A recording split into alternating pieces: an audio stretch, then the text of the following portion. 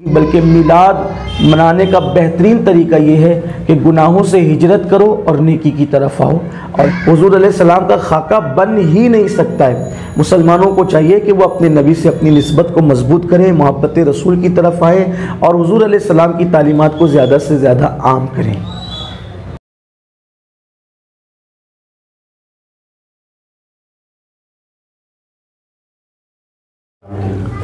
बिस्मिल्लाहिर्रहमानिर्रहीम।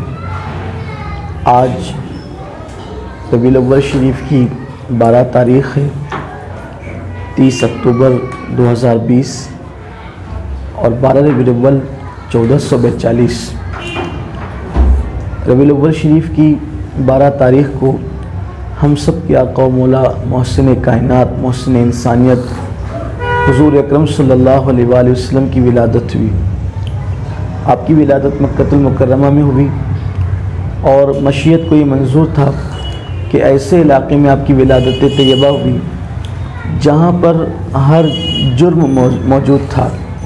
जुल्म, ज़्यादती, लड़कियों को ज़िंदा दफन करना, शराब नोशी, नंगे होकर काबे का तवाफ़ करना, कमज़ोरों का माल खा जाना, मज़दूरों के हुकूक को गस्ब कर लेना, औरतों को उनका हक़ न देना। ऐसे माहौल में अल्लाह के रसूल सल्लल्लाहु अलैहि वसल्लम की विलादत होती है और हुज़ूर अकरम सल्लल्लाहु अलैहि वसल्लम 23 साल की कलील मुद्दत के अंदर उस सरज़मीन पर, यानी पूरे ख़ित्ते अरब के अंदर ही नहीं बल्कि मज़ीद उसके साथ 2 और बर्र-ए-आज़म और एशिया को मिलाकर 3 बर्र-ए-आज़मों पर इनकलाब बपा फरमा देते हैं। तो मिलाद मुस्तफ़ा सल्लल्लाहु अलैहि वसल्लम का नाम इनकलाब है, यानी ये इनकलाब का दिन है। हुज़ूर अकरम सल्लल्लाहु अलैहि वसल्लम तशरीफ़ लाए, आपने मज़दूरों के हुकूक बताए, माँ बाप के हुकूक बताए, औलाद के हुकूक बताए, जराइम से, गुनाहों से, जुल्म से, ज़्यादती से लोगों को रोका, लोगों को इंसाफ की तालीम दी, अदल की तालीम दी।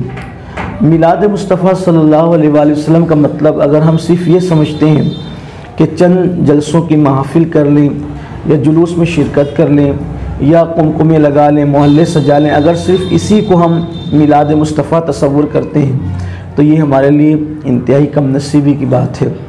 इसके साथ साथ बल्कि इससे पहले ये होना चाहिए, क्योंकि मिलाद का मकसद इनकलाब है, तो हम ख़ुद अपनी ज़िंदगियों के अंदर इनकलाब बपा करें।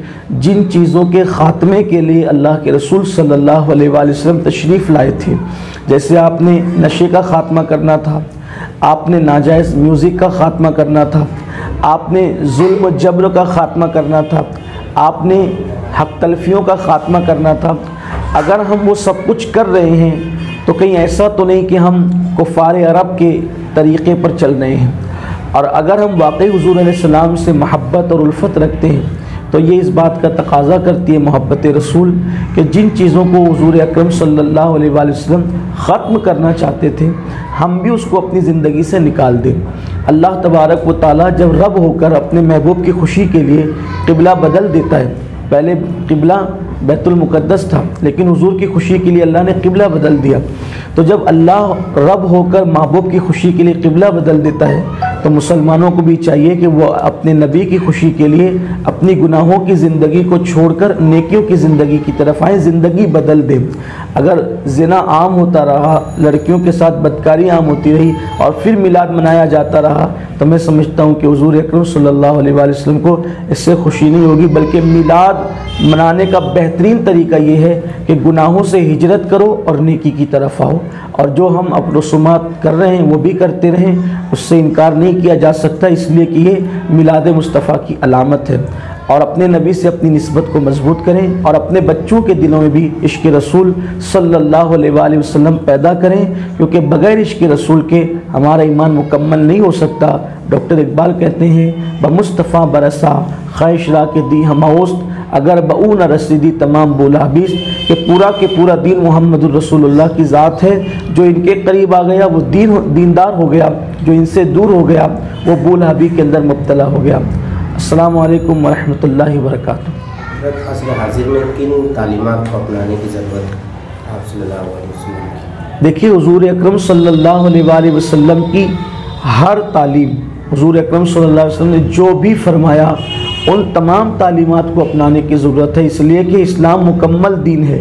हुजूर अलैहिस्सलाम ने कोई चीज़ ऐसी कही ही नहीं है कि जिसको छोड़ा जा सकता है या छोड़कर कामयाबी हासिल की जा सकती है। तो इसलिए मैं मुसलमानों से और तमाम आलम इस्लाम से गुजारिश करूँगा कि हुजूर अलैहिस्सलाम की हर तालीम को इख्तियार करें। जैसे मिसाल के तौर पर बज़ाहिर एक चीज़ हमें बहुत छोटी लगती है कि हुजूर अकरम सल्लल्लाहु अलैहि वसल्लम ने फरमाया खाने के बाद हाथ धोए बगैर न सोया करो, ये हुजूर अलैहिस्सलाम की तालीम है।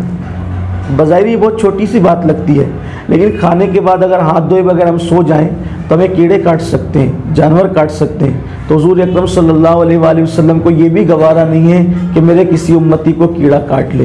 तो अब आप मुझे बताएं कि ये बज़ाहिर एक छोटी सी तालीम नज़र आती है, लेकिन इसको भी आप छोड़ेंगे तो नुकसान उठाएंगे। इसी तरह अल्लाह के रसूल अलैहि सलाम ने फरमाया कि सुराख में पेशाब मत करो। ये बहुत बज़ाहिर ये छोटी बात पता होती है, हालांकि नबी की कोई बात छोटी नहीं है।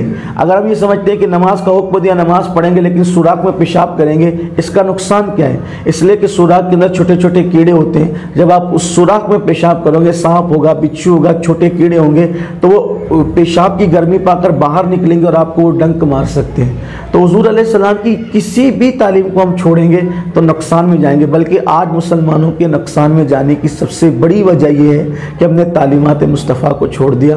किसी कहने वाले ने कहा है कि तरीक़े मुस्तफ़ा को छोड़ना है वजह बर्बादी, इसी से कौम दुनिया में हुई बेइख्तिदार। अपनी इख्तिदार जो हाथों से गया ना पूरी दुनिया में, वो हुजूर अलैहिस्सलाम की तालीमात को छोड़ने की वजह से गया।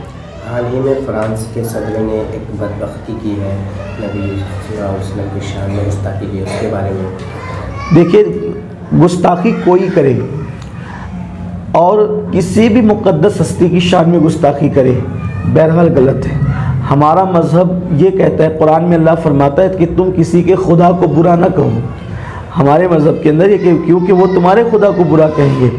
तो ये जो सिलसिला चल पड़ा है, असल में लोग सस्ती शोहरत हासिल करने के लिए अल्लाह के नबी सल्लल्लाहु अलैहि वसल्लम की ज़ात को निशाना बनाते हैं। लेकिन ये बात आप हमेशा याद रखना, जो लोग तबाह होने वाले होते हैं तो तबाही के करीब जाने से पहले उनका तरीका यही होता है कि वो अजीम हस्तियों की शान में गुस्ताखी करते हैं। क्योंकि हदीस पाक में आता है कि जब अल्लाह किसी को तबाह करना चाहता है, उसको अपने महबूब बंदों से उलझा देता है, वो महबूब बंदों की शान में बेअदबी करता है और फिर वो तबाह होता है। तो जब महबूब आम महबूब बंदों की से उलझने के बाद वो तबाह हो जाता है, तो हुजूर अलैहिस्सलाम तो सैयदुल महबूबीन है। तो दुनिया का कोई इंसान हुजूर अलैहिस्सलाम की शान में तौहीन करे, गुस्ताखी करे, वो खुद तबाही की तरफ जाएगा और जो उसका साथ देंगे जिस एतबार से भी, वो खुद भी तबाही की तरफ जाएंगे और बर्बादी की तरफ जाएंगे। लेकिन मुसलमानों से मेरी गुजारिश है कि हम अपने एतबार से हम जो कुछ कर सकते हैं कानून की हदूद में रहते हुए, मुल्क के कानून को वो करें, लेकिन साथ ही साथ हम इस तरह भी करें कि अगर कोई हमारे नबी सल्लल्लाहु अलैहि वसल्लम की बेअदबी कर रहा है। देखो, हमारी जमात के बहुत बड़े मुफक्किर, हुज़ूर मुफक्किर इस्लाम अल्लामा क़मरुज़्ज़मान ख़ान साहब आज़मी ने एक मरतबा फरमाया था कि ये खाके हों या कार्टून हो, कोई चीज़ इस तरीके से लोग बनाते हैं तो बनाया उसका जाता है जिसका चेहरा तसव्वुर में होता है। जैसे मिसाल के तौर पर XYZ का जो बनाया जा रहा है तो वो खाका देखकर लगता है कि ये फुला है। तो हुजूर अकरम सल्लल्लाहु अलैहि वसल्लम की ज़ात तो ऐसी है कि अल्लाह ने उन्हें बनाकर मुसव्विर कुदरत ने वो दुकान ही बढ़ा दी कि अब आप जैसा किसी को नहीं बनाएंगे। तो जब मुसव्विर कुदरत ये कह रहा है कि आप जैसा किसी को नहीं बनाएंगे, तो दुनिया का कौन सा इंसान है जो उनका खाका बना सकता है? ऐसे मौके में मैं अक्सर लोगों को कहता हूँ कि हमारे नबी की शक्ल सूरत पाक वो है कि जो तसव्वुर में मुकम्मल नहीं आ सकती, तो जो तसव्वुर में नहीं आ सकती वो तस्वीर में कैसे आ सकती है? तो इसलिए वो लोग किसी और का खाका बना के किसी और के हुजूर की तरफ मंसूब कर देते हैं। हुजूर अलैहिस्सलाम का खाका बन ही नहीं सकता है। मुसलमानों को चाहिए कि वो अपने नबी से अपनी निस्बत को मजबूत करें, मोहब्बत रसूल की तरफ आए और हुजूर अलैहिस्सलाम की तालीमात को ज़्यादा से ज़्यादा आम करें।